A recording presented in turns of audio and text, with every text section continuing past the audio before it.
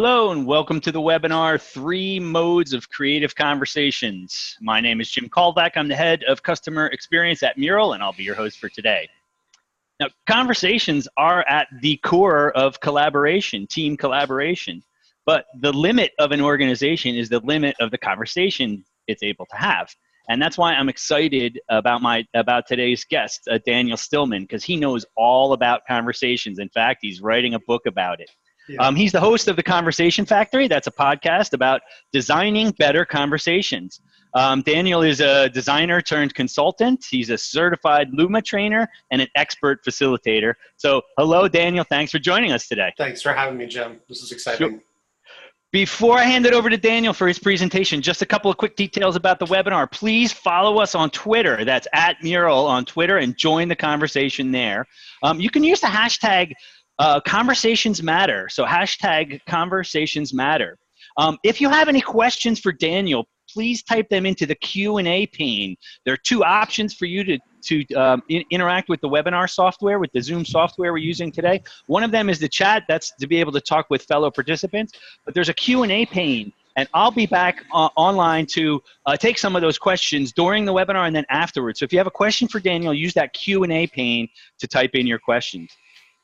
And with that, I'm going to hand it right over to Daniel. So take it away, Daniel. Thank you so much, Jim. So I'm going to tell you a little bit about me, but I'm also going to tell you I am grateful to be here for one specific reason. Literally 5 minutes before Jim and I started this conversation, my laptop took a 15-foot dive. And it is somehow still working, everyone.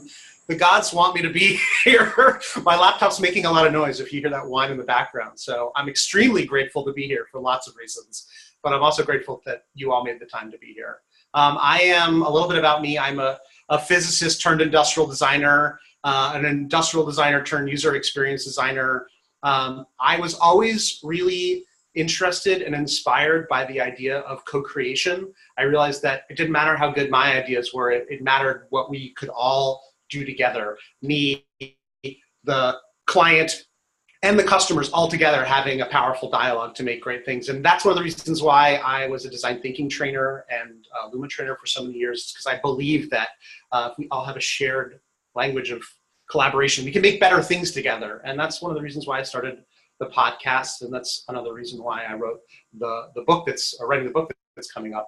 The podcast, I've had some amazing people on to talk about facilitation and using sprint mindsets in our day-to-day work, seeing the structure of conversations. I've even had our amazing co-host, Jim, on to talk about how it's not the map, it's about the conversation you have with the map. And that's one of the reasons I'm really excited to talk with this stuff about Jim. I'm going to be talking to you maybe about 15 minutes, and then we're going to do a demo on Mural. We're going to have a visual conversation and talk about why that is helpful. And so with that, I'm going to plug my book, 9 Conversations. It's in pre-order. It's like kickstarting. I'd love for you to check it out at bit.ly 9 Conversations book and help make it real. I'm going to talk about why conversations matter. I assume that if you're here, you probably already agree with me. Some of you have already reached out to me on LinkedIn and are like, I'm really excited that you're talking about designing conversations because conversations are an important thing. But maybe some of you need convincing, and I'm going to talk to you about why conversations matter. We're going to talk about which conversations matter, like which conversations we should be focusing on more in our work and in our lives. And I will actually talk about what a conversation is and break down a cybernetic model of conversations so that we can see them in a different way. And we're also going to talk about why conversations need to be designed. I hope that all sounds awesome. If there's any place else you'd rather be, I hope there's some Monty Python fans in the audience who actually get that joke. I hope you're excited to stick around for the next little while and talk about some of this stuff with me. So why do conversations matter? I believe that our lives are literally built one conversation at a time. Either won or lost, our lives are improved or degraded by the quality of the conversations we have. And as Jim said, our lives and our organizations are basically limited by the conversations we're capable of having. And for me, what I was hitting up, and one of the reasons why I dug into this stuff, is that I was teaching innovation at organizations, helping teams have better dialogue about the products they were going to make without changing the rules of innovation, without changing the organization design conversation, which honestly, for me, led to frustration, and maybe you've had that experience yourself. Conversations can be awesome. They can be productive or sloppy, chaotic. They can get stuck, but they can be forward moving, or they can be fluid and clear. And for me as a facilitator, it's my job to help get them unstuck, and also my job to make sure that teams can help themselves when I'm gone, that they have the tools to see their patterns and to change them for the better as they go on without me. What conversations need to be designed? I mean, you can design any conversation. I've used design thinking to design my family meetings using Rose Thorn Bud and abstraction laddering maps. My mom is a gigantic design thinking fan. My brother drags his heels a little bit and is like, what's the bud all about? But they all play along. It actually helps design the family meeting conversation better. What conversations am I allowed to design, and what am I not allowed to touch when I go into an organization as a consultant? I might agree with you if you're thinking right now that conversation design sounds a little pretentious, like isn't this just facilitation? And when I first worked with a group that called what they did conversation design, I thought the same thing, honestly. But I realized that calling facilitation conversation design honors the work that goes into making a great experience for a team to shift their thinking and to shift their conversations in a better direction. And it helped me start to think about my work in a different way, and it also started to unlock me thinking about what are all the other conversations that can be designed. So now Jim and I were talking about this when we were getting set up to do this, that I've cursed him with the site to see conversations everywhere. And it's great to see conversations everywhere. And it's important to realize, though, that there's a limit. Some conversations should not be designed. And this is a great example of not designing or over-designing a conversation. I love this headline. Millennials are ruining many things, including mayonnaise, apparently. But they're also ruining proposals with this engagement ring smartphone case. The idea is like, you pop it out when you pop the question, and you can like live stream your proposal. This is definitely over designing the conversation and putting a piece of technology in front of a conversation that maybe needs to just have just air in front of it, you know?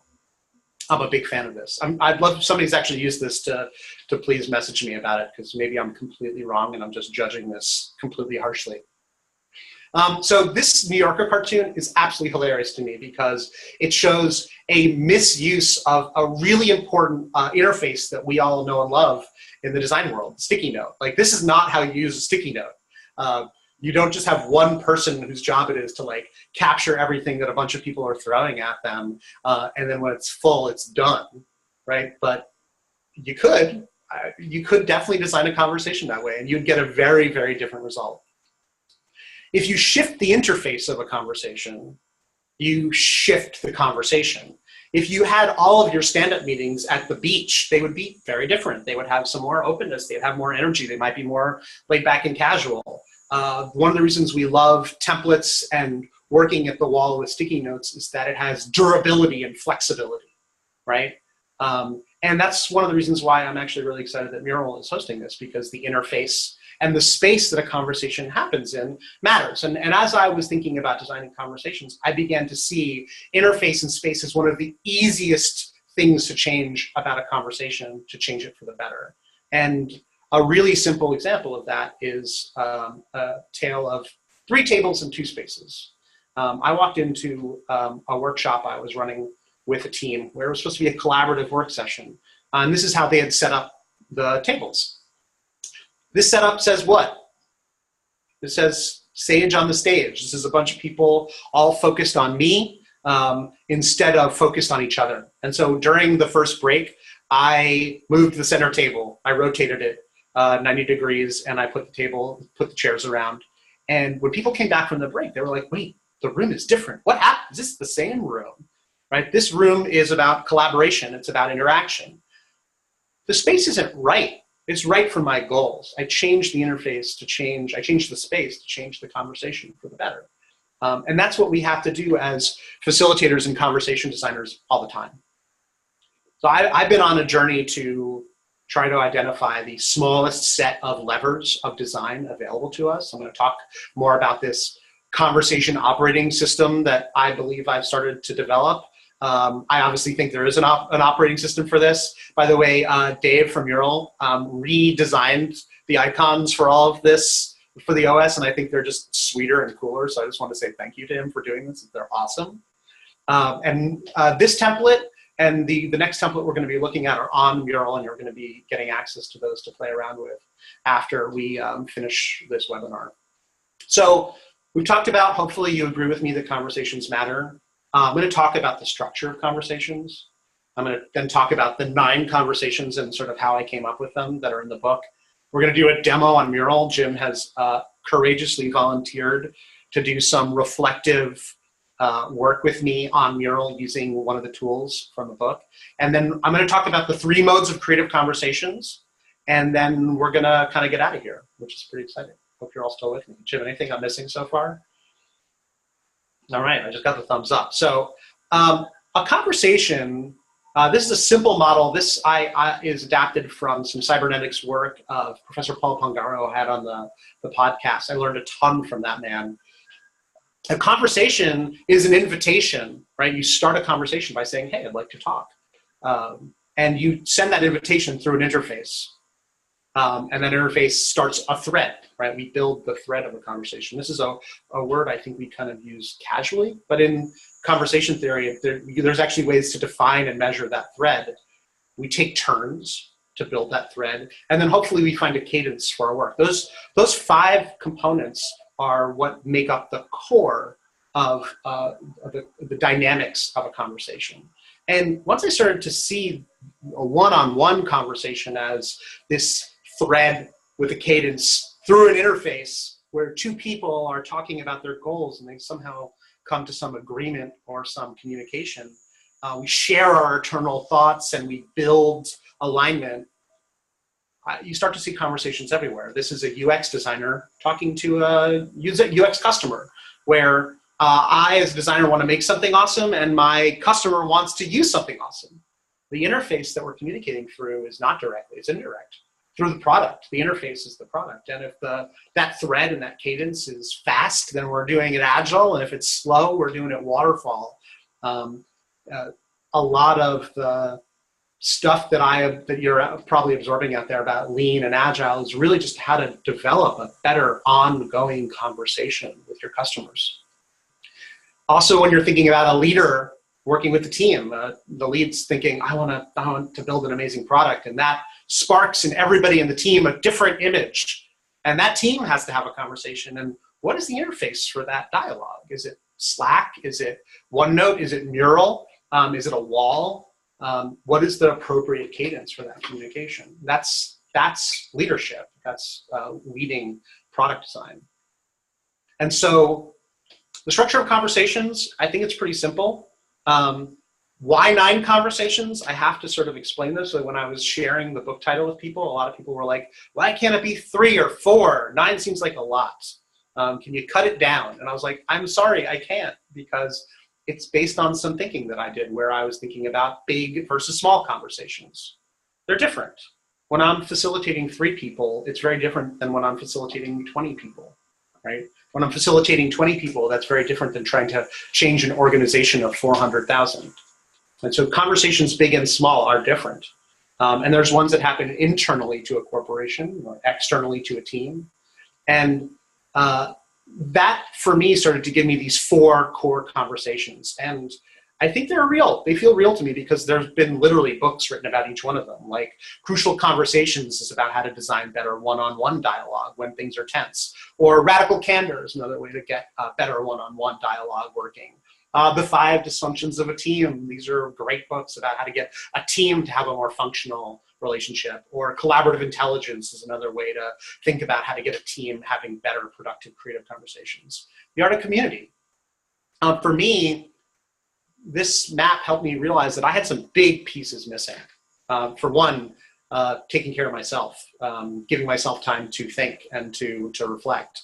And then I started to think about the conversations that connected these things. For me, designing the conversation was an inspiration around facilitation. Lean startup, an inspiration around designing better offerings. The Inner Game of Tennis, there's tons of books about mentorship and coaching. Anybody read Time to Think? what an amazing book about making space to actually think. And for me, my focus has always been facilitation and helping teams develop better products and to launch them with their communities. But this map also helped me to see my blind spots, making time for mentorship and coaching and processing. So, and this ninth conversation, this conversation that holds the whole thing, organization and culture, which defines what questions we literally cannot ask, the way things are done around here. The fifth discipline, a classic about having a learning organization, reinventing organizations, another. And so each of these 9 conversations matter. Each one of them are an entire book. And it's definitely foolish for me to think about all of the 9 at once, which is why Jim and I are going to switch to Mural. And we're going to talk about which one of these matter. These 9 I've put together on a sort of what's on your radar, Luma style template. We're going to switch interfaces.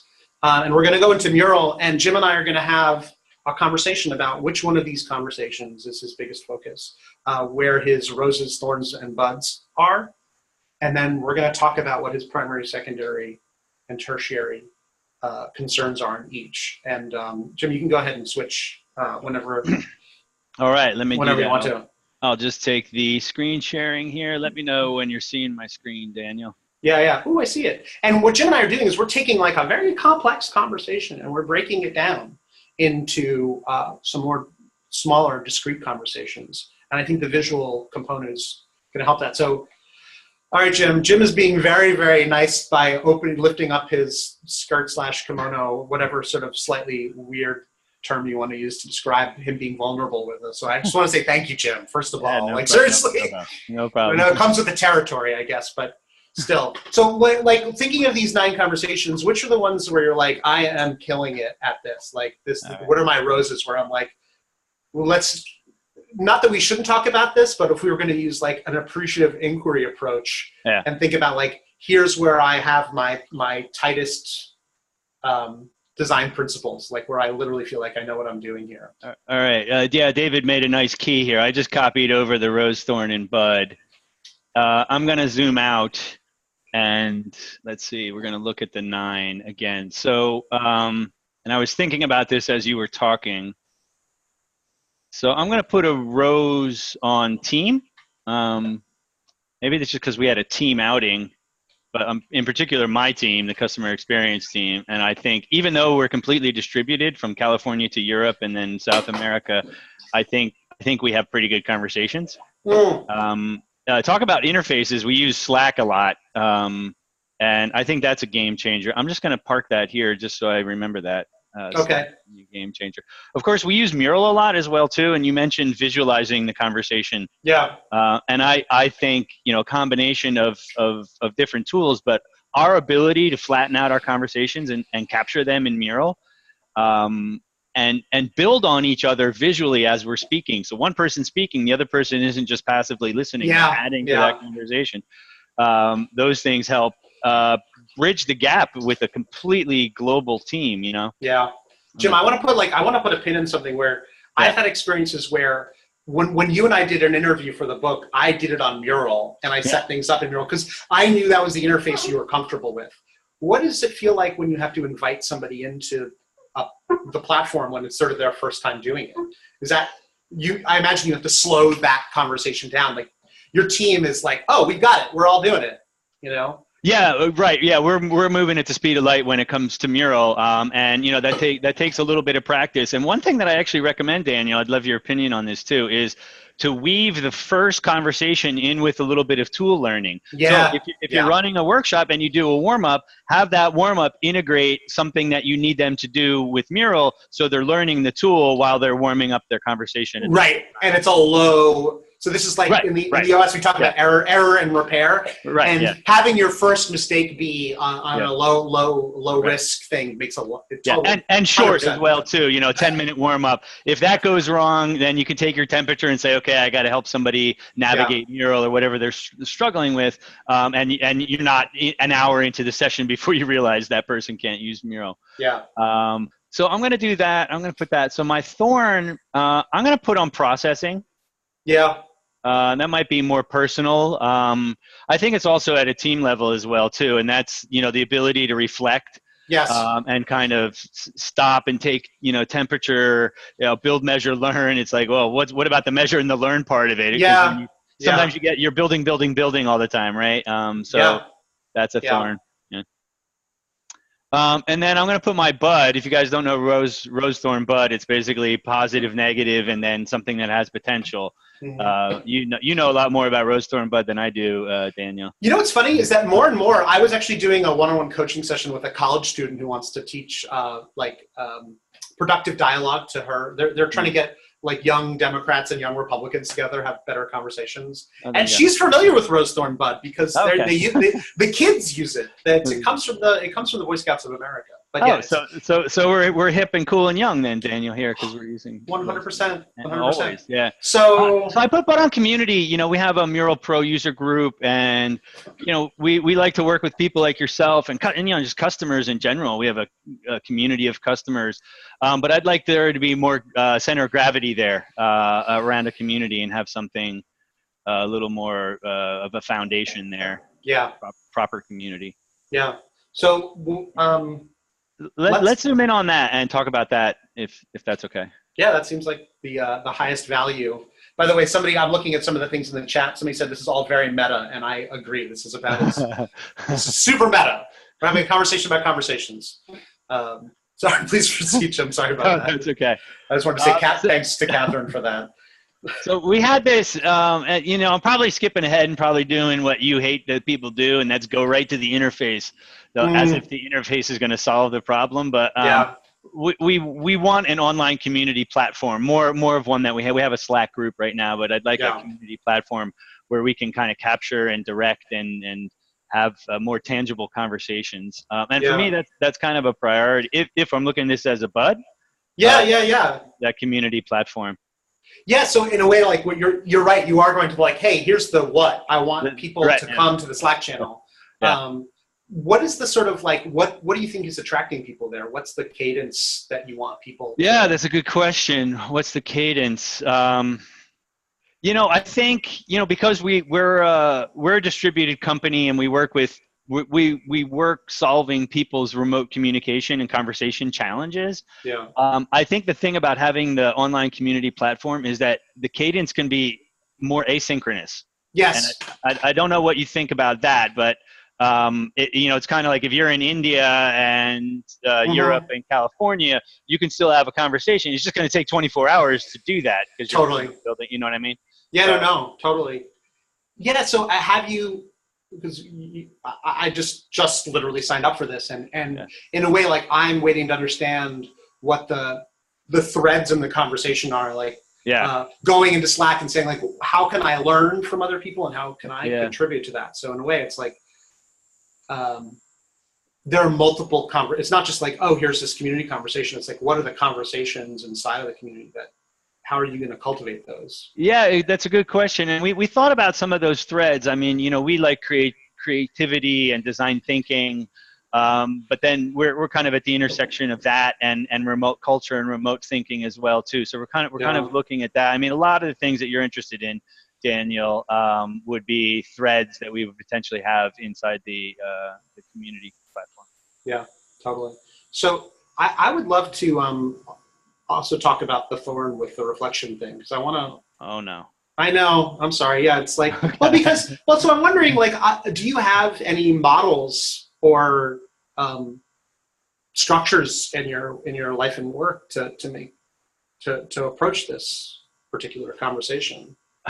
What's the invitation that can open up the conversation? Yeah, it's a good question. We do. I mean, I think as a team, we do some reflection in the form of exercises, like Luma exercises, or whether it's Rose Thorn Bud, or I like the sailboat exercise. There's energizers and warm-ups. Oh, sure. Where you have time, to think by yourself before you go into the clustering or before you go into the group conversation. Yeah, well, that's for sure. There are like reflection exercises. Maybe we need to do that more, though. Mm-hmm. I know. I knew. Maybe I need to do that on my own too. Do you have any like self-conversation tips? I do. I thought of it. So one thing I didn't put in that book roundup is Julia Cameron's The Artist Way. I don't know if there's any fans of. I read The Artist Way at work, and one of her big things is the morning pages. Just 3 pages of longhand stream of consciousness, just to like pull. It's actually using an interface for the dialogue. So I just interviewed somebody about this, and what they do is like just put on white noise, and they just try not to get on their phone in between appointments. Like that's where they make time to think and process, which is a pretty good. Honestly, I think that's a pretty good practice. Yeah. But it's not a disciplined cadence. Whereas like Julia's thing is once a day, every day. I went to a workshop of hers with my mom, and anytime anybody said, "Oh, I've got an issue with blank," she was like, "Are you doing the morning pages?" And if they're like, "Sometimes," she'd be like, "Go do the morning pages." Yeah. I'm not didactic about that. I also think I periodically do my like evening gratitude journal. That's a pretty good one. There's the 5-minute a day journal. There's a lot of really good journal formats, I think, that bring those reflection exercises in day to day. Yeah, that's great. We're actually looking at some of the work of BJ Fogg, who's behavior change, and he talks about habits, doing the same thing, even if it's only a minute a day, but doing it every day is the more important thing. Yeah. Than taking a big chunk of time. Yeah. Once in a while, right? So here's why.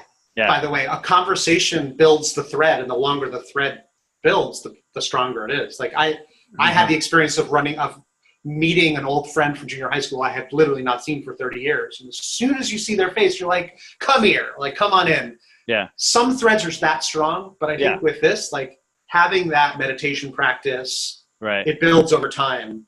And I think a lot of the leaders I talk to either are really strong on it or it's totally missing. It's like, it feels like it's, sorry, go ahead. No, that might be a good place to end because I'm going to bring it back to Mural. And when we talk about how do you get to use Mural a lot, it's like make it a habit. Right? And what we try to do is every time you have a meeting, visualize that meeting and set up a little exercise in advance so that you're visualizing that conversation in Mural, and just do that every time with your team. A lot of the people on the call are probably change makers and they're looking for new ways of working. So be that person that gets your team that has those good habits, right? I agree. And I think calling out the fact that it's going to be hard is worth doing. You're like, it's not going to be natural. It's not natural. And also, whatever, there's nothing natural about sticky notes and whiteboards. We've learned how to use sticky notes and whiteboards. When I went to a negotiation intensive at Harvard like last summer, and I tried to use sticky notes in my negotiations, people freaked out. Yeah. Lawyers don't use sticky notes. And guess what? It made me a better negotiator. Right. Slowing the conversation down, flattening out the issues, and making a map of things. So I agree 100% that learning a new interface. Bye, Judith. All right. I'm just trying to find an icon for habit here. But while I do that, I'm going to give screen sharing back over to you, Daniel. I think the coffee, I don't know. That's an interesting one. Okay. I'll let you know at the end of the session which one I decided. Yeah. And by the way, listening to the podcast with this guy, Matt Mayberry, I had on, they have a platform called Boundless AI, and they help they help apps develop the right periodicity to make your serotonin flare the most. Oh, there you go. And they actually have an app on the opposite side called Space, where they actually figure out which apps you're most addicted to and slow down when they open for you. They basically break the cycle of addiction. They use the BJ Fogg stuff by when you open up Facebook, and instead of it opening up right away, it's like a 30-second pause, which is just enough for you to be like, I hate this. That's great. Mural is all about dopamine. We had an intern who was a neuroscience student, and he was talking about how using Mural opens up dopamine in your brain. So we're all about the addiction too. Yeah. So should I take screen sharing back? I'm actually going to stop. So there's going to be a little flicker on everybody's screen. You can go ahead and grab that, Daniel. I think I did. Did I? No, I don't think I did. Not yet. Almost. We're so close. I can't believe my laptop is still working, everybody. So we got a question. We got a question about the apps for the serotonin, and actually, I had a question about a lot of the references that you put up there. Some like deep stuff and a lot of stuff up there. Is there a place where we can get either your slides or like those references to the app and all those books? I'm happy to put the slides up. Okay. On SlideShare, we can share a link out for that. On my website, on the Conversation Factory, if you scroll a couple episodes back, you'll see the one from Matt Mayberry from Boundless AI.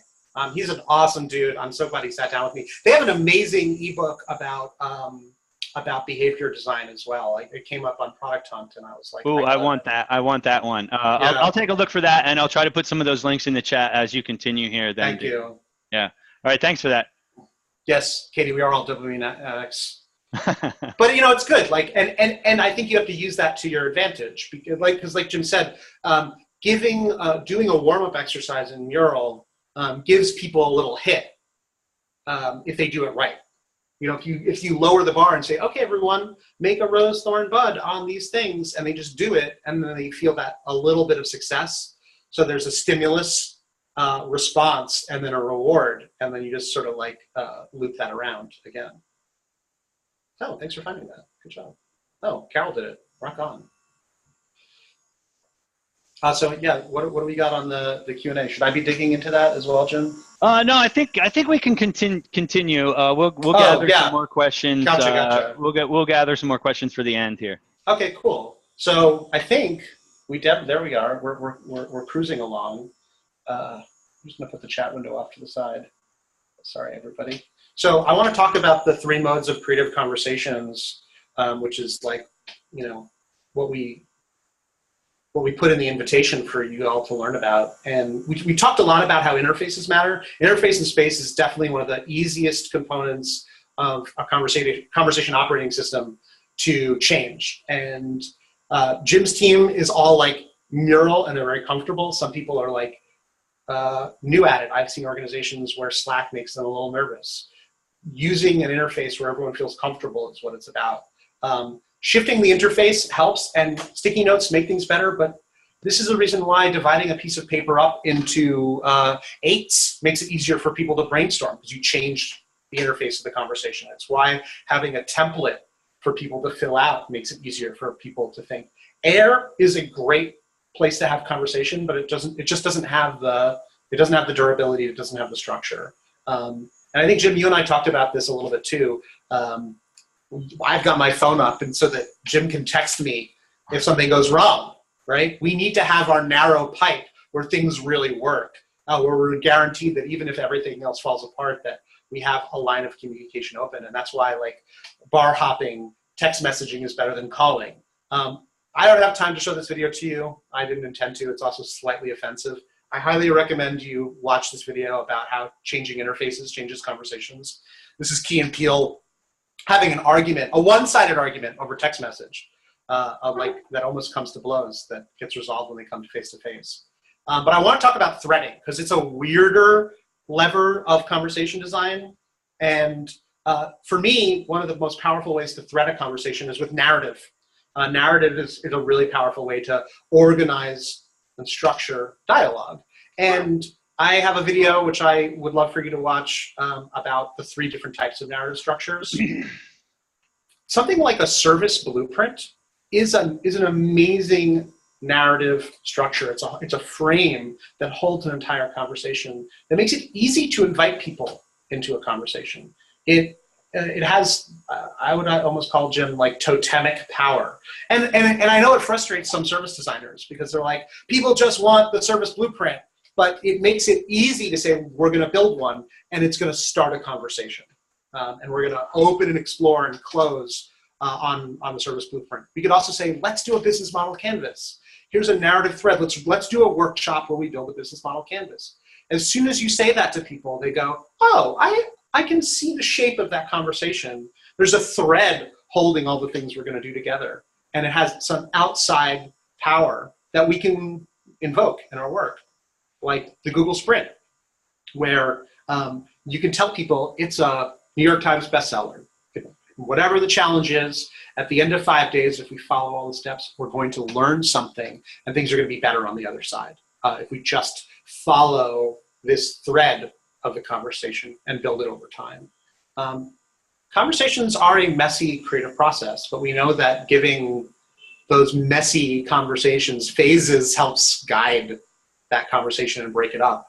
Discovering what the other person wants and needs, trying to define what the key issues are, developing solutions, and hopefully delivering on some things. And for the savvy amongst you who have seen the Double Diamond, you know that this is another great way to sell work, to define work, both internally and externally. I think it's one of the reasons why design thinking is so popular, is that it's very easy to say we're going to use this way to structure our conversations.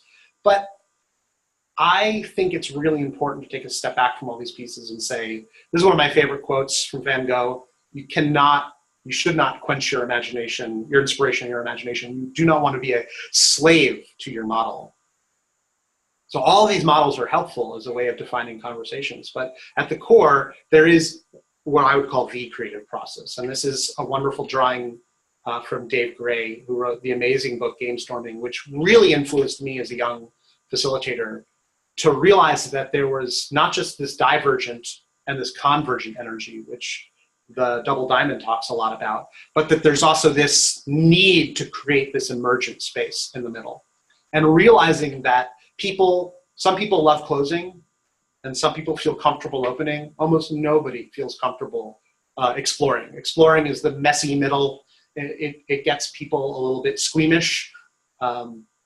There's a wonderful book called The Manual for Participatory Dialogue, and they talk about the groan zone being this middle part.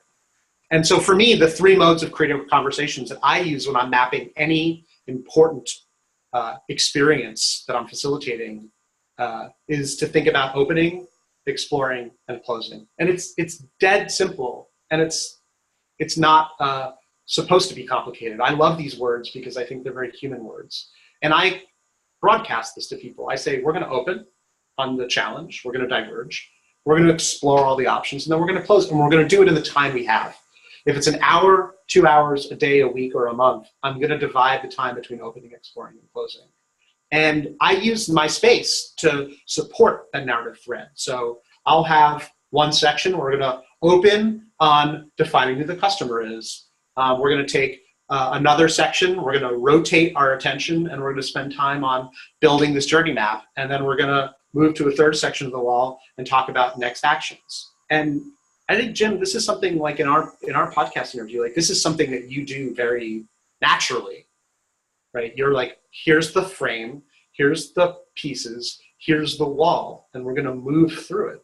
But for young facilitators or people who are struggling to wrangle a lot of cats that need to be herded, going back to these basics and saying the space and the agenda need to follow this very clear arc. And I know the middle is going to be hard, but I know that we have to get over there and get to the close, no matter what. I'm going to pause for a second. I want to just take a quick look at the chat window and see if there's anything worth picking up from there. Oh, can I give an example of explore? Yeah, so explore is not the same as diverge. Diverge is getting things on the table. It's figuring out what the materials are. It's actually, and Jim, maybe you can say a little bit about this too, because I think a journey map, exploring a journey map is hard to do unless you've defined what the pieces of the puzzle are. So to me, diverging is saying like, who are the customers? What are the touch points? And then the exploration is building out and fleshing out that sort of all of the pieces and digging into the messy middle of the parts of a journey map. Yeah, I mean it's a form of problem solving together, right? There's a great scene in the movie Apollo 9 where the lead engineer comes into the room and dumps a bunch of parts on the table. I love that scene. Yeah, we have to figure a way to make that happen. Yes. And I would argue if he didn't dump the parts on the table, people would have just thought about the parts one by one. But having them together, you can see, hey, chocolate and peanut butter, does that work? Oh, that would be kind of good, that kind of thing. So it's really about mixing chocolate and peanut butter, but you're doing that visually with something as fuzzy as an experience or a service, these things that don't have the tangible components. to them. So that's why I map and advocate that other people map, is to make something that's fuzzy, tangible, but then you have the parts that you can grab onto and talk about. Yes, absolutely. And I agree with Renata, because when you think about the design thinking model where it's just diverge and converge, it's very easy to say, like, okay, so we're still diverging because those engineers took all those parts and probably tried 5 or 6 different things. So that looks like continuing to diverge. But what they're really doing is they're exploring what's on the table. At that point, in the explore phase, we shouldn't be putting new pieces on the table, right? You got to work with what we opened with, where we say, we draw a circle and we say, these are the customers, these are the touch points. And if somebody in the middle goes, wait, what about this other customer? You got to go like, hey, listen, we closed on that part, and we've agreed that these are the customers and these are the touch points. So it's breaking up those agreements and those conversations into little pieces and opening, exploring, and closing on here are all the personas that we're going to address in this piece. Yeah, great point. Vlad was asking about the narrow and the wide pipes. Maybe you can expand on that. Well, totally. So I think one of the things that's interesting about real life conversations is that more is happening than we can process. I forget the number, but it's something like we can process something like 7 bits a second, and reality is like 1 million bits a second. There's a lot coming at us. And so we do selectively give our attention to certain things and not to others. One of the things that's interesting about facilitating workshops in person is that it's very easy to switch modes from the wall to body language and facial contact and vocal communication. You can just do some eye contact and a nod, and you're like, okay, yeah, I'll put that up. We talked about this as well, Jim. Like, having mixed interfaces is really, really hard. And one of my clients just sprung this on me, that I'm doing a workshop in a couple of weeks where half the people are going to be in person and half the people are going to be everywhere else. Yeah. And that's going to be really hard, because some people are on this fat pipe where there's like 1 million interfaces and we can switch through them one-on-one, and then half the people are going to be on this much, much more narrow band of communication that I'm going to have to feed them information very carefully, one thing at a time, because I can't put stuff up on a wall and say, so here's this and this is over there, and I might plant, I can't change things on the fly as easily because I can only throw one thing at them at a time. That can be great. I think Mural is great because it does flatten out and slow the pace of the conversation. So you're looking at, I want to look where David is looking, and so I'm going to click a button. We'll all look at the same thing at the same time. So that to me is the narrowest pipe. Is like, I think of like text messaging. It's like just sending a sentence of information, right? Very, very low band communication, but not bad, very effective. I could probably facilitate a workshop through text message, as long as everybody was on text message, right? Or couldn't you do the same, Jim? Yeah, definitely. In fact, we have this thing where you actually have a conversation in Mural, just typing sticky notes back and forth to each other. So there's no audio, there's just that visual. But I would argue that remote channel, so if you have a mixed group, people are face to face and some people are dialed in, so their interface is different. I would argue that can be rich. Yes. It can be rich with practice. Yes. The best remote workshops that I've ever had involve lots of different modes of communication, and everybody on the call knows how to switch really quickly. I call it channel fluidity. Yeah. How much, chat to Google Docs to telephone call to Mural, and just keep going around those. You can actually have a very rich conversation. And it's rich in different ways too, because everybody can participate at the same time, which is sometimes disconcerting to people. It's like, wait, what's all this activity going on in my Mural or in the Google Doc at the same time? That's just as rich, though. It is. I'm not saying. I don't think narrow is bad and fat is good. Oh, okay. I'm not saying no, because text messaging works great when you're moving from bar to bar. Right. And I hate it when somebody calls me when they know that I'm in a bar switching to the next bar. I'm like, why are you using voice communication when we should be using text? And I think using this multi-channel workshop is great if people are comfortable with it and they know how to do it. And one of the things I think that type of workshop requires is a very powerful invitation. People have to really want to be there. because I can use physical presence and my voice to engage people when things are going low. But I'm guessing, I don't do a lot of remote workshops right now, Jim. Like, I'm guessing that when people need to be engaged. Yes. In fact, because people will be multitasking when they're remote, I say that's good. Leverage that for your workshop and have them multitask for your workshop. Right. Have so many interfaces that there's no room for anything else on their screen. There's no room for them to look at their emails because they got audio and video and a Google Doc and a Mural open, and there's something going on in each one of those, and exactly. the instructions are to do 2 or 3 things at the same time. Yes. That's when you get engagement. That also overloads people, though. That requires skill from their side to be able to do that. Yeah, no, 100%. I wanna address Susan's question, because it's really, she says, any thoughts on challenging issues with group conversations and withholding information? This is a tough one, because I think in product design, there's this assumption that we all want to make something great for the customer. I think this is why human-centered design is such a powerful concept, because if we empathize with the customer and empathize with the different stakeholders, there's a presumption that we're going to be willing to play fair. But I know that politics still comes in. So I would say my own experience is you need to always find a way to open up that conversation in an inviting way, because invitation is at the core of the operating. It's what starts a conversation. And anytime my girlfriend comes home with stress at work, I always say, like, how can you bring up that conversation in a way that seems not oppositional? And so one of the easiest ways to do that is to use something from NLP, neuro-linguistic programming, where they talk about doing a read. You say, like, I'm getting a read. Like, I feel like you're maybe not sharing everything you want to share. Is that true? And you do it in a way that you're like, I could be wrong, but it's a question, and you're naming the game, right? You say, like, I think this is happening. Am I right? And so 2 things can happen. One person can be like, they could feel totally called out and ashamed, and they go, oh, no, of course not. I would never would I ever withhold from you. And you're, by being nice and seeming to be naive a little bit, people are willing to sort of open up. Or they go, like, yes, I don't feel comfortable telling you that. And you go, oh, tell me a little bit more about that. I think we feel that avoiding these conversations will make them better, but it can't possibly. Remember, one of my first points, we're limited. We are defined by the conversations we can and can't have. And so asking somebody, like, I'm feeling some tension with you, like, I don't want to, like, how can we make sure that this gets smoothed out, is risky and vulnerable. And I'm not pretending it's not.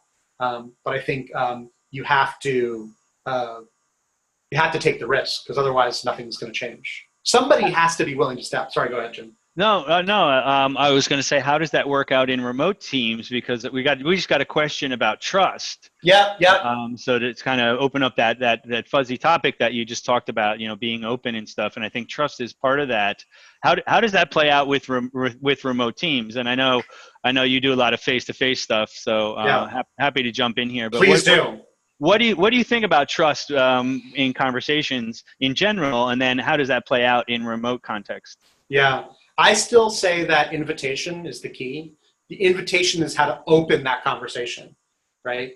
You think about, I want to open and explore this thing. And if you don't have shared goals, that's a way to sort of fix things. So, like, an invitation can actually start with the goal in mind. You say, like, hey, listen, I'd really love to talk to you about this thing because I want to work it out, and I'm hoping that we can find a way to make this, to seal this breach.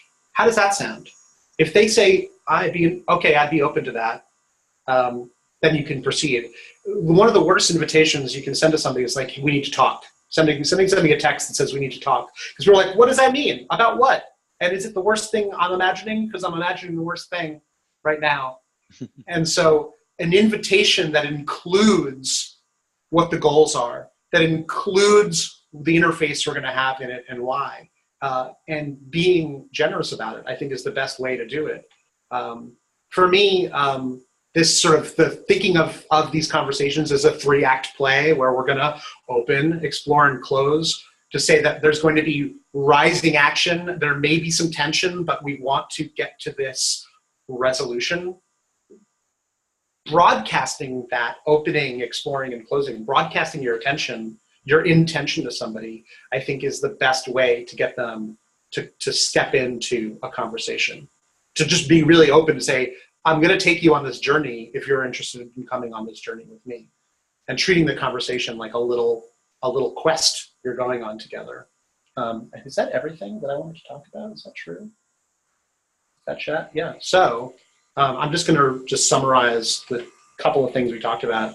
Conversations are experiences that can be designed like any other experience. I think that's what I'm saying here. It's like, use all of our tools of experience design.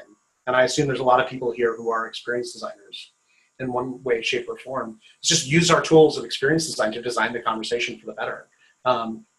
Think about the interface that you're using and switch interfaces, right? That's one of the best ways to make the conversation work, is just change interfaces. Go from a fat pipe to a thin pipe, or a thin pipe to a fat pipe. It doesn't matter. It'll just shake things up.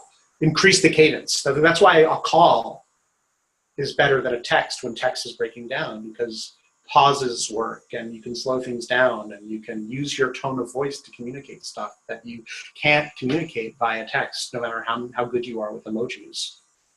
And I think it's just understanding the structure. Slowing down a conversation that's going to pot is worth doing. Like, that's one of the best ways also to say, like, hey, whoa, it feels like everything's falling apart. How do we fix this? It's okay to say that. It requires someone to be brave enough to ask that question. I don't know. I think that's pretty much. This is like, I would love to talk about turn taking, because that's a great way to fix conversations too. To think about who's talking when. I would direct you guys to that videos and to think about which conversations matter. But that's all. Those are the last couple of slides that I wanted to share with people and plug the book one more time. But then I think we can just use the last of our time for the rest of the Q. I see there's another Q&A that's coming. Yeah, got another couple of questions in there. First, I just wanted to let everyone. Oh, sorry. We're recording this, and we're going to throw it up on our blog. So we'll have on our blog, we'll have this recording along with Daniel's slides. We'll try to get some of these references, lots of good names that you dropped here. We'll try to get some of those up on the blog. So that's blog.mural.co. I'll put it in the chat here again. I typed it in earlier, but check back in a couple of days, and we'll have this all back up there for you to rewatch, or if you want your colleagues to take a look at this, you can point them there as well too. Yeah, you can also just email me, seriously. Jim, thank you for this conversation. It's really interesting. Like, this stuff is like, I'm a total dork about this stuff, so it's nice to talk to somebody who's as passionate about these nuances of organizing and designing conversations for the better. Yeah, no, it's absolutely fantastic to be here. I enjoyed being on your podcast, particularly talking about mapping and journey mapping. And those topics that interest me a lot. I think if I put like my Mural hat back on, I tend to think about remote situations and visualizing those conversations as well too. And I just wanted to make one point about the story arc. One thing that we see using Mural as a platform for your remote conversations, for your remote workshops, is that you can actually map it out in advance spatially. You can take a Mural and say, we're going to do these 5 things. And that foreshadows to the group what they're going to do. And I've had people come into sessions and say, oh, I see what we're going to do. Yeah. We're going to start there and we're going to end there. And they literally see it all in one place. And just foreshadowing that arc helps then that conversation flow, because they know what the punchline is. They know who did it at the end of the murder novel. You know what I mean? That kind of thing. What do you think about that? Oh, should you hold back more, or is it good to just say, here's what we're going to do? That's a really good question. And I think sometimes giving people the whole thread helps. But I know sometimes, like, you do want to spoon feed people things. Yeah. I think what I love about doing something in Mural or on a wall is that you want it's just like typography, right? You've got the big title on a newspaper where you read the headline, and the headline makes you want to read the subheadline, and the subheadline wants you to read the first paragraph. And when a well-done service blueprint has got all of the components, you're like, here's the customer personas, here's the journey, let's name the journey, here's the pieces of the journey, and we zoom in more and more. Yeah. The map sucks people in deeper and deeper, and they get to look where they want to look. And when they are done, everything is there. It's all one big picture. So I agree with you 100%. I think giving people enough of the picture so that they feel excited to step in, that's the facilitator's job. It's like revealing enough that it feels like, okay, I'm into it, versus like, you don't want to tell them every little piece that's going to happen, because then it's boring. Right. Right. That's for sure. That's great. Lots of questions about your references and all of this material. I'm assuming you're encapsulating a lot of this in the book. Yeah. I mean, it's like, it is tough because, as I said, like each conversation is like a whole world. Mm-hmm. And I guess my thesis is that since they're all conversations, these pieces of these levers of design, like interface and threading, apply to all of them. And I'll give you an example, which is community design, which actually might be interesting to you. I had my friend Ray Wang on. That was in the first season. She's the director of the Dorm Room Fund. And the Dorm Room Fund is a fund that is completely run by college students and funded by First Round Capital. First Round Capital is a VC firm that's invested in companies like Uber and Airbnb. And the entire company is a community of people who are just there because they want to be there. And she has to make sure that when the seniors graduate, their knowledge gets passed on to the freshmen that are coming in, right? And she's very thoughtful about cohorts and helping cohorts help other cohorts, which felt a lot like threading, like building a thread. Like, oh, I'm this cohort and I'm connected to my cohort and I'm going to pass the baton to the next cohort. She applied just naturally some components of narrative storytelling and threading into her community design that helped it develop some coherence. And so to me, it's like, I'm a very meta guy, and maybe it's my physics background. It's like, I want to see the principles at play regardless of conversation. Gotcha. One last thing I want you to respond to in an elevator style answer. At the beginning of the webinar, I said the limit of an organization is the limit of the conversations it's able to have. I got that directly from a quote from you. Yes. What does that mean in a couple of sentences? Well, if I was talking to somebody on a podcast a couple of weeks ago where she was like, how do we help teams have better negative critique? Because everyone's being too soft on each other in their critiques. And so that's a perfect example of if in an organization everyone's like walking on eggshells, then you're never going to say the things that need to happen, right? That's one of the reasons why Radical Candor is a book that people have really glommed onto. It's like, I want to say something that matters, that needs to be said, and I want to do it in a way that works. Similarly, there's some organizations where they are all too negative, right? They only say negative, and you never get the positive feedback you need to do to make things better. Okay. And so that's one of the reasons why Rose Thorn Bud is so interesting as a cultural language, because it hits on all those types of feedback that people need. Gotcha. I see we're at the end of the time. We're at time. We have so thanks so much, Daniel. It's always a pleasure. Thank you, Jim. Appreciate you sharing this information with everybody on the call. We will be putting this up on our blog. So if you want to go back and review this, you can come back to blog.mural.co. Check out Daniel's website as well, too, The Conversation Factory. A lot of good stuff there. Thank you so much, Jim. Thanks, Daniel. Thanks, everyone, for joining us. Thank you, everyone. And with that, we're going to end the session today. So have a good rest of your day, everybody. Bye-bye. Good luck out there. Thanks, guys. Bye.